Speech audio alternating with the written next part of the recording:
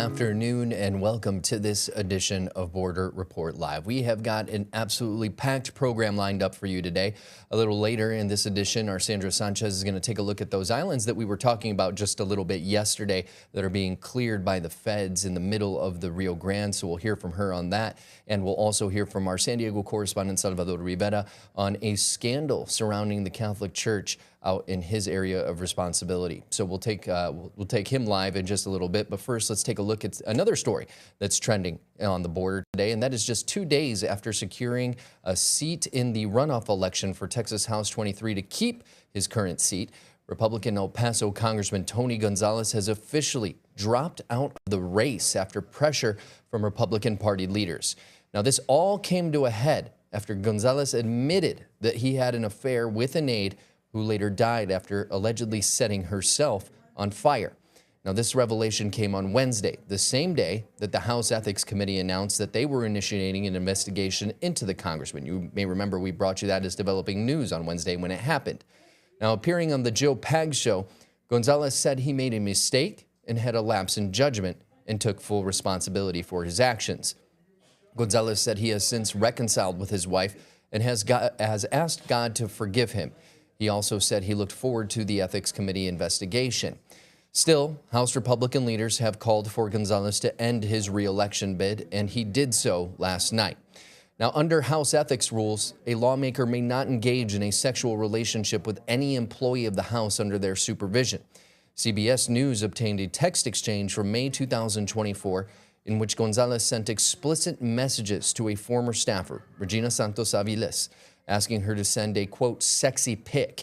At one point, Gonzalez responds, quote, Santos Aviles responds, quote, "This is going too far, boss." Tuesday's top vote getter, gun activist Brandon Herrera, will now face Democrat Katie Padilla Stout in November. A Southern California Catholic bishop accused of visiting brothels and embezzling more than $500,000 is under arrest. As reporter Jamie Chambers tells us, the 69-year-old bishop was caught before boarding a flight out of the country.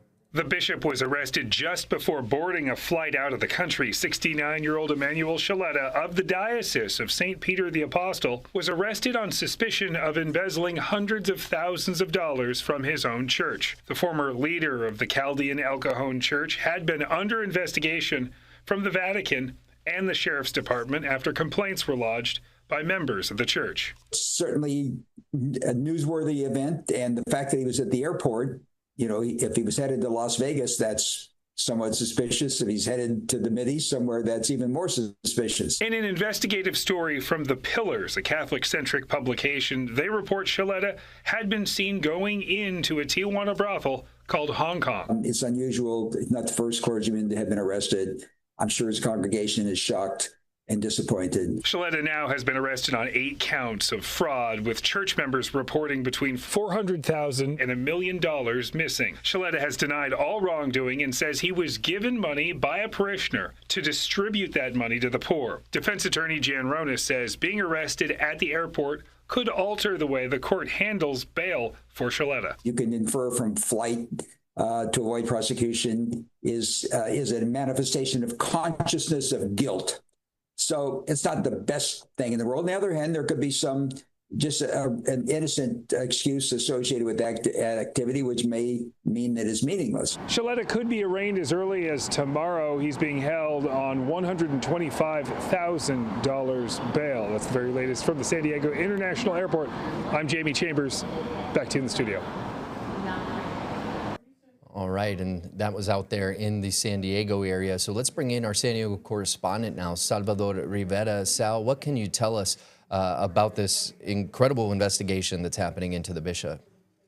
Well, it's drawing huge interest, and for obvious reasons, us in the news business would say this is because of the brothel implications, we would call it. It's a real sexy story, no pun intended, but this is drawing a lot of interest and a lot of media attention ever since last year in August, when these allegations began surfacing that the bishop had, as a quote, embezzled a lot of money. People from the church went to the San Diego County Sheriff's Department and told them and presented documentation stating that the bishop had stolen upwards of $1 million. He, as Jamie just reported but the bishop has said that he was going to give that money to charity, and we don't know if that's in fact the case. It'll all come out in court at some time. As Jamie said, he was arrested Thursday evening at the San Diego airport. We're not really sure what he was going, but after the arrest is when he was formally accused of embezzlement, 8 counts, money laundering, and aggravated white-collar crime with an enhancement. So he's facing a lot of time in prison, provided he is found guilty. As Jamie said, he is scheduled to be arraigned in the near future. Now we're hearing that the arraignment will happen on Monday, August 9th. Jamie, of course, we say this a lot because it's absolutely true. He was not guilty yet. He'll have to be proven guilty in a court of law. But again, it's incredibly interesting because of all the allegations surrounding what he might have been doing with the money and what he might have been doing in Mexico in the brothels. I mean, perhaps you could say he was offering confession, Rudy, to the modern day Mary Magdalenes down in Tijuana. Yeah, and it'll be interesting to see what comes of this this arraignment on Monday. He had a plane ticket from what seems to be in the country right now, but had plans to apparently go somewhere to the Middle East. It makes you wonder if the judge will grant any kind of bond in this situation, even though he is a member of the clergy. I'm guessing he will be considered a flight risk and will not be allowed. He'll have to turn over his passport. There are a lot of international flights out of San Diego. You can fly to London, to Amsterdam, to a lot of other, Tokyo, for example. So we don't know. He could have been flying completely out of the country. He was stopped before doing that. And I want to backtrack a little bit. You hear the term Chaldean Church. Now, Chaldeans are Christians who have fled the northern part of Iraq fearing persecution. There is a large community here in San Diego, about 60,000 of them. There's others throughout California. The biggest pocket of Chaldeans in the United States is in the city of Detroit. And as many other communities, populations that have come to the United States, they have set up their own churches, including St. Peter the Apostle here in El Cajon, and that's where Bishop Shaleta was working. Yeah, it'll be interesting to see, and it'll also be interesting to see how the church handles this. The church, obviously, these members of the clergy have another set of laws besides the laws that they are succumbing to in whatever country they live in, but another set of laws from the Vatican when it comes to how they operate. So it should be interesting. We did see Pope Francis really kind of, take it to a lot of the alleged allegations of financial misconduct by priests in Rome. We'll see how Pope Leo and his people handle this one going forward, but definitely an interesting story nonetheless. We appreciate you joining us today, Salvador. Anytime, Rudy. Thank you. All right. Well, stay with us. We got more headlines when we return. Border Report Live is back in 2 minutes.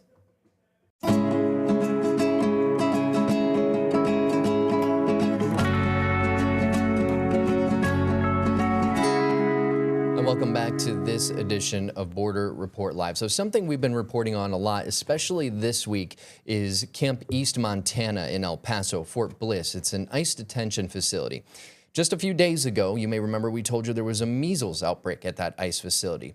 Now a new report examined the conditions inside of it. Now the Associated Press is reporting that in its first month of operations, migrants at the facility repeatedly called 911. The emergencies included repeated suicide attempts by detainees, seizures, injuries from fights, and a pregnant woman in pain. Data from more than 100 911 calls obtained by the Associated Press, interviews with detainees, and court filings indicate overcrowding, medical neglect, malnutrition, and emotional distress.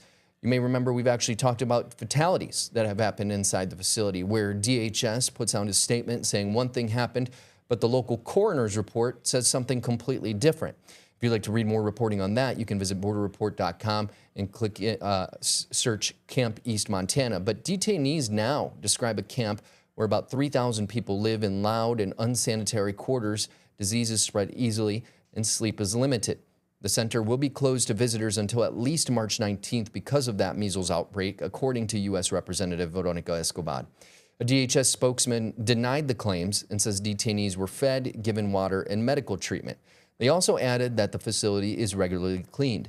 And that's coming after news on Wednesday that the Department of Homeland Security is calling mixed reports about the closing of Camp East Montana, saying the agency is reviewing the Immigration Detention Center and its contract.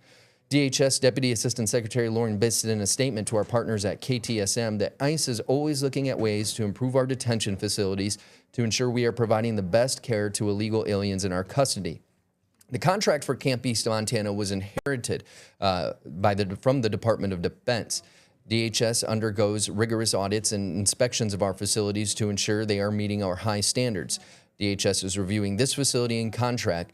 No decisions have been made related to contract extension, termination, or award.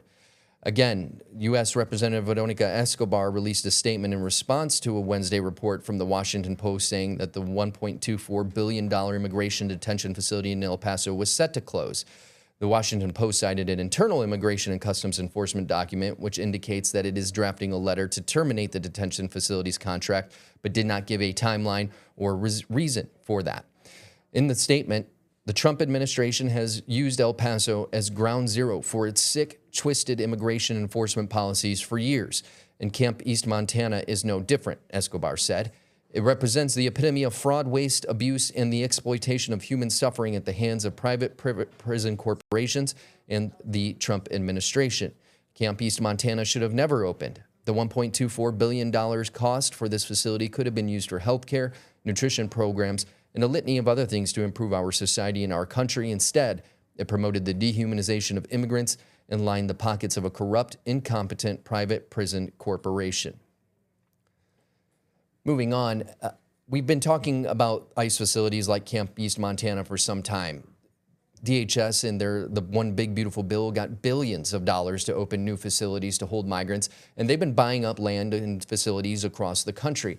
But has ICE actually already created secret detention facilities in Colorado and elsewhere? Well, a report in that state claims that DHS is holding immigrants in undisclosed locations. As reporter Greg Nieto shows us, a Colorado lawmaker tried to visit one of those locations, but was denied. Manny Rutinel is a state representative. He's also running for Congress. Today, he is showing up unannounced, wanting to see for himself this Immigration and Customs Enforcement office up in Frederick, wanting to see if it is an office or detention facility. No answer to the left, no answer to the right. With one ICE office detention facility officially listed in Aurora, a Colorado Times Recorder investigation through analyzation has uncovered through a Freedom of Information Act, Rutinel says, 9 others with alleged hold rooms tucked inside ICE field offices. Ranging from Frederick to Craig to Grand Junction, the Times Recorder article notes that between January and October of 2025, more than 3,000 people were held in these so-called hidden facilities, officially listed as field offices. Rutinel's office says ICE's official public website only lists one Colorado location as having a detention facility in Aurora. It seems to be that this is part of a process of holding them here and then sending them to another facility, perhaps the one in Aurora, but they're not holding on to their own guidelines. Now, Rutinel is running in Colorado's 8th Congressional District, which reportedly has the largest percentage of Hispanic residents of any district in the state at nearly 39%. Hundreds of folks are making their way into these facilities without beds, without medical attention, without legal representation. I asked him his thoughts on today's news of Homeland Security Secretary Kristi Noem's departure. I think Kristi Noem deserved to be impeached. I'm glad that she's fired. I'm concerned that the person who fills her seat next may be just as bad. With no access in Frederick,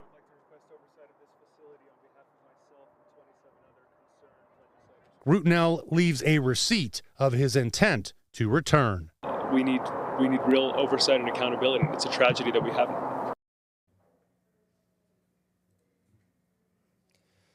Now, this isn't the first facility or thought of a facility that we have covered on Border Report. We have extensive reporting on borderreport.com.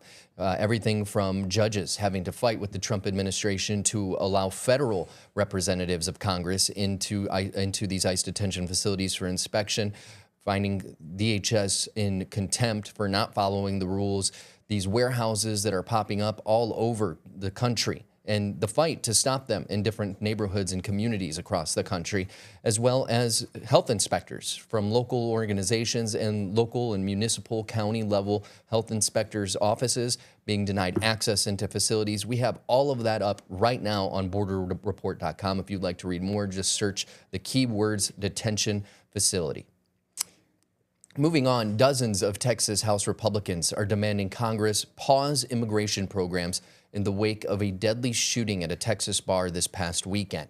In a letter, the legislators called the shooting in Austin a terrorist attack and are demanding better vetting protocols. The letter was sent on the same week of the registration period for new H-1B visas. A former consular officer, someone who has personally vetted and issued visas, told us U.S. embassies already have extensive data and intelligence to screen people before they can come to the U.S. I have certainly come across people who we should not have been issuing visas to, and we did not issue visas to those people. So that information is absolutely available to consular officers. But like I said, you can't predict that someone is going to come here and then 25 years later become radicalized. The call from the 55 state lawmakers to pause immigration programs comes after a similar move earlier this year. In January, Texas Governor Greg Abbott directed all state agencies controlled by his appointees to freeze H-1B visa applications until May of 2027. Stay with us, because when Border Report comes back, we're going to head out to Starr County, about 75 miles up the road from us here in Harlingen, Texas. That's where our Sandra Sanchez took a look at some ancient islands in the middle of the Rio Grande that are being cleared in South Texas, and in their place, concertina wire is going up. Stay with us. Border Report Live is back in 2 minutes.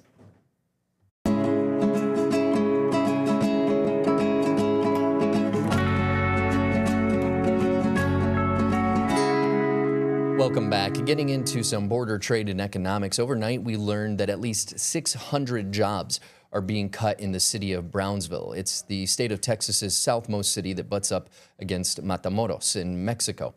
It's a part of a manufacturer that also has auto parts maquiladoras based in Matamoros that had announced thousands of job losses south of the border over the past month. Well, today was the beginning of the Mexlon International Festival in the city of McAllen, here in the Rio Grande Valley as well. During the festival, it kicks off actually with an economic summit where economic and analysts and leaders from around all four valley counties show up to talk about it. Today, we had the chance to speak with some of those leaders. One of them was UTRGV Senior Vice President of Government and Community Relations, Veronica Gonzalez. We asked her about this, if she's concerned. She said she's not worried about the job losses in Brownsville and Matamoros because she says new businesses are always coming from Mexico. She said with the jobs that are being lost there are jobs that are ready to replace those as well, and that times have changed so much now the jobs are different, that they're looking more at artificial intelligence and how students being trained in jobs that they've never seen before.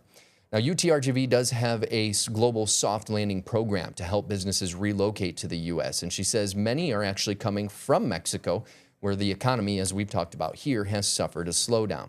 The Port of Brownsville, however, is booming, with port officials saying it generated over 100,000 jobs in 2024.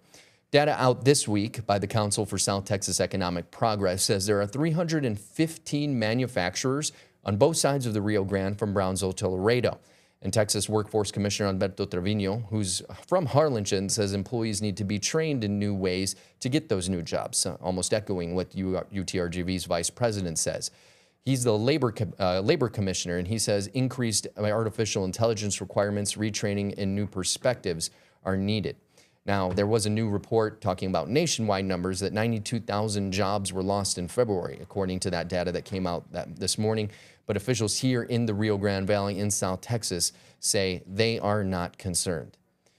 Ancient islands in the middle of the Rio Grande are being cleared in South Texas, and in their place, concertina wire is going up. Our Sandra Sanchez visited those islands this week in Starr County. I'm on the banks of the Rio Grande in Roma, Texas. This island behind me is being cleared. About a third of it has been cleared, and we've seen soldiers patrolling the island, something that angers locals here in South Texas. Roma, Texas is known for birding and butterfly watching, and so it's still a little disheartening to see the destruction of the island like that. Juan Moreno, a math teacher who lives nearby, says crews started clearing the land on this island this past week. It followed the construction of a concertina wire along the river, which he says prevents him from putting his kayak into the river in his normal spot. It's very disheartening. Ever since since I can recollect memory, these hills, these cliffs, it's been my playground. So I've always had access to the river. He took us to where he and his son used to put in their boats. Debris litters the area and thick dust and sand is everywhere.